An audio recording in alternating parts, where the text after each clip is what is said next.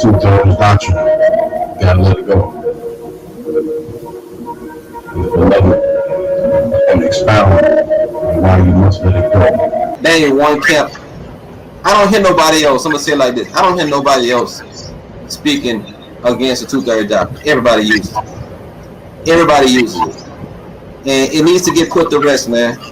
You know, we was guilty and wrong of teaching it. And like many of things, whenever we're wrong, we renounce it. We don't just slide slowly out, act like we never did it, like we was always right. To two-thirds doctrine is how they link the Revelation 7 and say that two-thirds of Israel gonna die, only one-third gonna make it, and then they loop it back around talking about two-thirds gonna come back in the kingdom because they mixing all the Old Testament prophecies. All the Old Testament prophecies with the future in the kingdom. And there's just so much garbage on top of garbage, and One West has done a number, and that's what we've been dedicating a lot of our studies to, debunking the destruction of those doctrines that we were once not bound to. Share screen. It can't be no more simple than that. So you heard and then you saw, right? And it shall come to pass that in all the land, saith the Lord, 2 parts therein shall be cut off and die, but the third shall be left therein. And I will bring the third part through the fire, and will refine them as silver is refined, and will try them as gold is tried. They shall call on my name, and I will hear them. I will say, it is my people, and they shall say, the Lord is my God.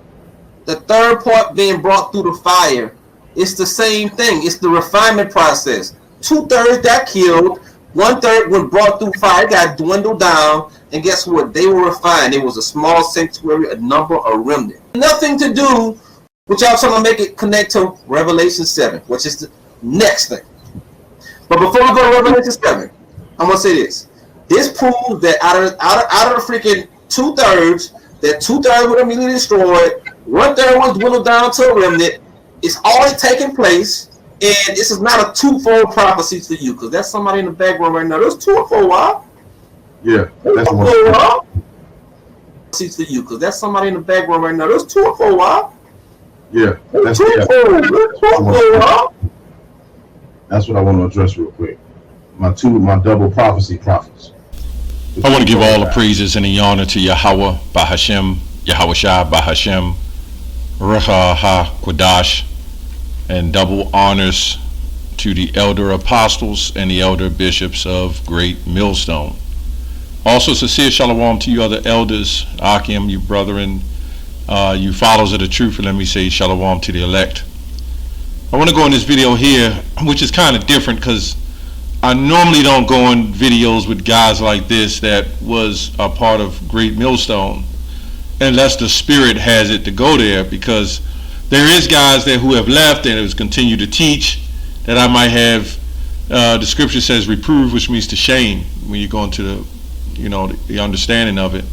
But here we have some guys from Chicago who were former Great Millstone GMS members, and we'll just say formerly in the doctrine that we taught, right, who now have received new revelations and they have the true understanding. The Most High sent the angel to beam to them and give them the truth or something. Now he's going into the blue letter, or he continued that part to go into the blue letter.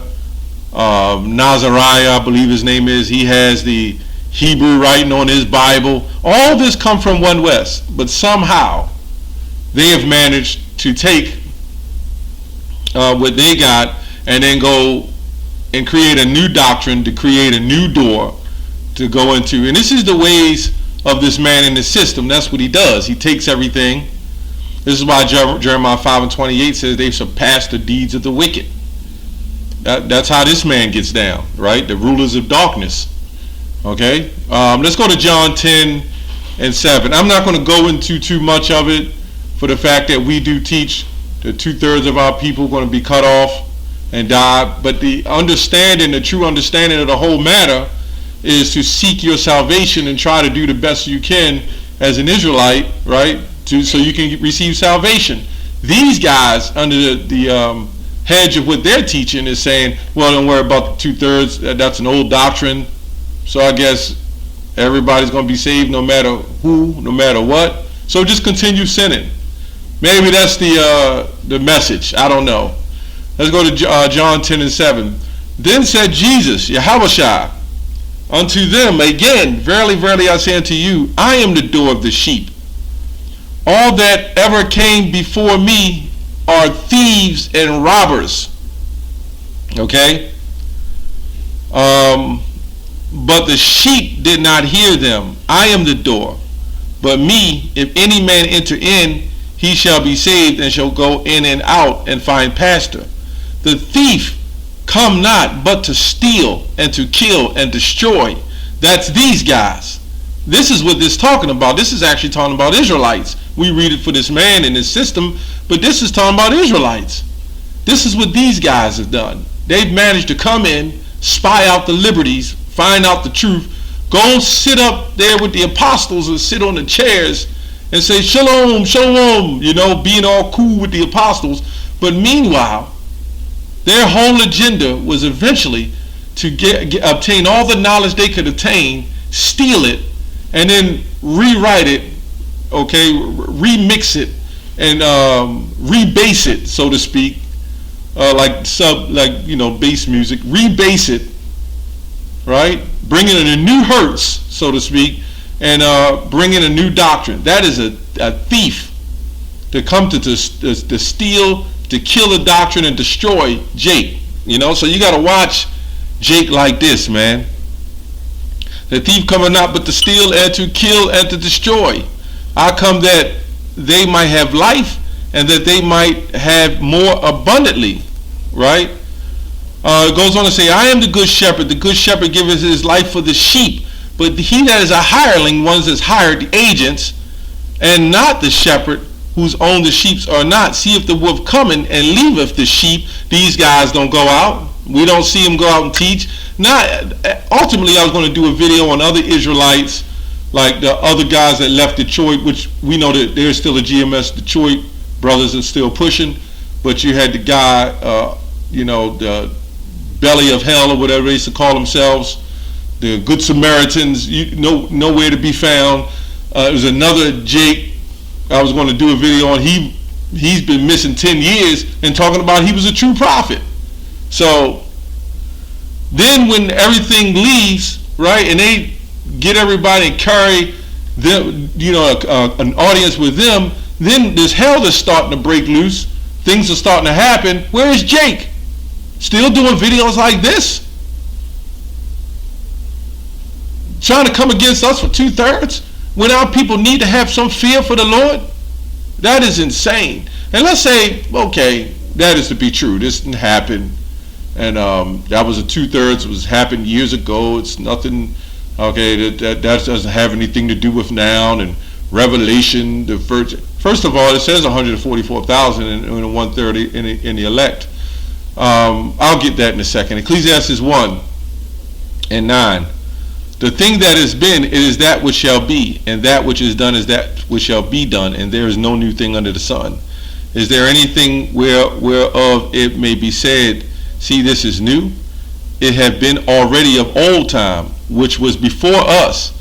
There is no remembrance of former things, neither shall there be any remembrance of things that are to come with those that shall come after. So we have to understand that, things repeat themselves. Just like this place, I believe they say this is not Babylon. I mean, there's so many doctrines, and this is what happens when you kind of come under your own, way of teaching, and you decide to take a part of a doctrine. What you guys should have did, you should have found out you was Israelites, left GMS, then you should have started your own thing. What I mean by your own thing, everything. Throw out the blue letter, throw out the name of the Lord, throw out everything that you've learned and start fresh over. But you're trying to build on another man's foundation, and what you're trying to do is enter in some other way. This is what you're doing, and that is pure wickedness, because you're keeping the name of the Lord, right? If it was so wicked, right, then the Lord would not gave us the name, but you kept that. So the Lord said, you know what, I'm going to give the name to the apostles of Great Millstone, and even before them, the teachers going back, and the apostles have now and I'll say the apostles of Great Millstone because that's who these jakes have learned off of. So the Lord gave the name to Apostle Tahar and down, all the apostles, Apostle Gabar, Apostle Ramla, Apostle Rakal, the elders, and us brothers, and other elders and brothers, bishops. But now these guys have managed to get the truth, right? Now they got the name through the Spirit what was given to us. Now they got it, and now they're saying, well, we don't need you guys anymore. Now, true, the Lord can use men to bring you to a certain direction or a certain point and then split you off. But when you're bugged out like that, he's not concerned about salvation. They're concerned about 2/3. Anyway, let me go on to Revelation. He talks about Revelation 7, and after these things I beheld, I saw four angels standing on the four corners of the earth, holding the four winds of the earth, and the wind should not blow on the earth, nor the sea, nor the tree. Now, I didn't put that clip in there, part in there, but he said it's talking about the earth, right? Like the whole earth, right? When you dealing with positive and negative poles, the negative is considered earth. When you go outside and stand on the ground, that's still earth, okay? Just to get that point. Saying, hurt not the earth, neither the sea, nor the trees, till we have sealed the servants of our power in their foreheads, right? So when we go to Apostle Paul, what does Apostle Paul says? And this is when you go to I believe Romans 11. Let me go 11 and 5. Even so, then, at this present time, also there is a remnant according to the election of grace. There's a remnant. That's still a small number, right? So, I guess if you don't want to believe in the 2/3, that's your right. You're not in our doctrine, but stop spewing lies and understand that there's an election, right? And he goes on and talk about the scriptures even say that the election have attained it and the rest were blinded. Okay? So, let me go on. It says it right here. What then? Israel have not obtained that which he seeketh for, but the election have obtained it, but the rest were blinded. So he's saying that the 2/3 thing happened already in, I believe, in 70 AD. And let's say that did happen. And he says he don't believe in twofold scriptures. Well, let's go to Romans 15 and 4. For whatsoever thing were written aforetime were written for our learning, that we, through patience and comfort of the scriptures, might have hope. Right? That's clear. Right? Those things were written really for our learning today, because they didn't, if we were those prophets, I don't know if I was the one, more likely was. But the prophets that are here today, back then, would have known it. Okay? Wouldn't have known what we know today. So let's go to Revelation 1. Just real quick. I just want to hit a few points. So when Zechariah says two parts thereof shall be cut off and die, I think Zechariah 13. This is for us anyway. You know what I'm saying? If you don't believe it, and everybody who comes together, I hate one West, that falls out, they hate one West, and the only way to get back at the prophets or their teachers is keep the blue letter, keep the name, keep all those things, but throw out everything else, and let's build up a new foundation. That's entered in some other way. Romans 1 and 7. Behold, he cometh with clouds, and every eye shall see him, and they also which pierced him. Right? And all the kindreds of the earth shall wail because of him. So there is a thing called reincarnation, right? You believe in hell, then I guess the ones who pierced him, right? Which is a lot of you jakes who were responsible for having that done, right? Who will see that again. That's why the Lord preserve a lot of you jakes and keep you alive here in Babylon for his return to make this prophecy true. And this is the fear that I have, that I'm not one of those ones who was responsible or wanted to see Yahushua put to death, right? Or the wicked, or be the non-elect. That's what I fear. You know, I fear the Most High. That's what you're supposed to fear. But these guys are telling you, oh, worry about it, ain't about the 2/3 that already happened. Babylon is the Vatican. There's no missiles in the Bible. It's just everything is different now. These are disgruntled prophets, man, that once had it, they don't have it no more, right? And like I said, I don't normally do videos on these type of jakes, but you were once in GMS, and now this is the outcome. They got a platform. I don't think you see them go out. They've always used the truth for business, or the truth for some way of getting some form of fame, or whatever the case is, or maybe in their mind they're in denial. They don't want to accept the fact that they just don't have it. Anyway, I just wanted to touch on that. I'm sure it's way more scriptures on that, or way more things to go in on that topic, but I just wanted to get my quick points out that the scriptures clearly, we believe, is 2/3 are going to be cut off. I mean, the scriptures speak of that. Even going back in the time of Jeremiah, remember, everything written aforetime was for our learning. When he said, pray not for this people, for their good.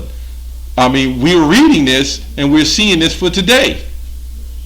Romans 15 links all of that. It's for our learning today, for the Lord to show you what's going to happen again. And they say it's the twofold scriptures, no such thing. How many things that have happened in the past are happening again? As Rome, when Rome fell, we see this place fall in the same exact way. Over and over again, things that have happened in the past is happening again. When this man rose up on us in the past, he's rising up on it, get ready to rise up on us again. Come on, man, you guys are out of it, man. And you know what? Your followers, they follow you. That's all good, because the weirder the doctrine, or the crazy the doctrine, or the off the doctrine, you're going to have a group of followers, or rebellious people, women who used to be with men that was in the truth and they fell out, and of course they're going to follow them, or they was in the truth and they don't like things that we said. We don't care. We just have to do the Lord's work. That's all I have on that. Shalom.